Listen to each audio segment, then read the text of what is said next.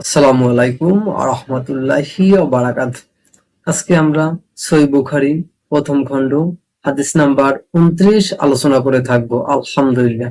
আমরা কিন্তু বই আকারেই কথা বলি যাতে আমাদের ভুল কম হয়। আলহামদুলিল্লাহ। সহিহ বুখারী প্রথম খণ্ড হাদিস নাম্বার 29।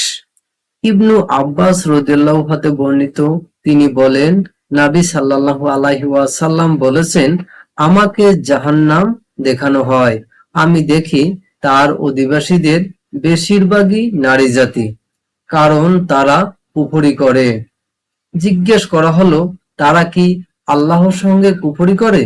তিনি বললেন, তারা স্বামীর অবাধ্য হয় এবং অকৃতজ্ঞ হয়।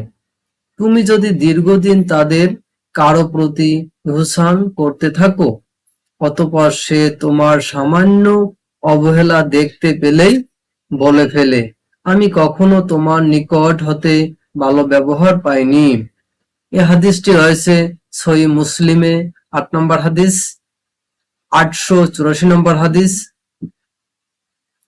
মুসনাদে আহমদ এখানে ৩০৬৪ নম্বর হাদিস রয়েছে। আধুনিক প্রকাশনীর যে হাদিস রয়েছে এখানে ২৮ নম্বর হাদিসে রয়েছে। ইসলামিক ফাউন্ডেশন যে হাদিস রয়েছে এখানে ২৮ নম্বর হাদিসে রয়েছে। আলহামদুলিল্লাহ, আমরা ২৯ নম্বর হাদিস ক্লাস শুরু শেষ করলাম। আলহামদুলিল্লাহ।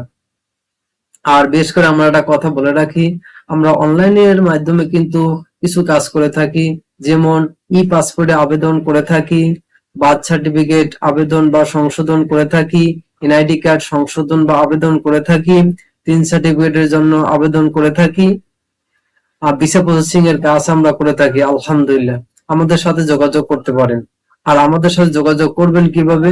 ফেসবুক পেজে নাম্বার দেওয়া আছে, ইমেল অ্যাড্রেস দেওয়া আছে, আপনারা যোগাযোগ করতে পারেন। আলহামদুলিল্লাহ। আর ইসলাম প্রচারের স্বার্থে আমাদের চ্যানেলের সাথে থাকবেন। যদি ভালো লাগে তাহলে লাইক, কমেন্ট এন্ড শেয়ার করবেন। আসসালামু আলাইকুম ওয়া রাহমাতুল্লাহি ওয়া বারাকাতুহু।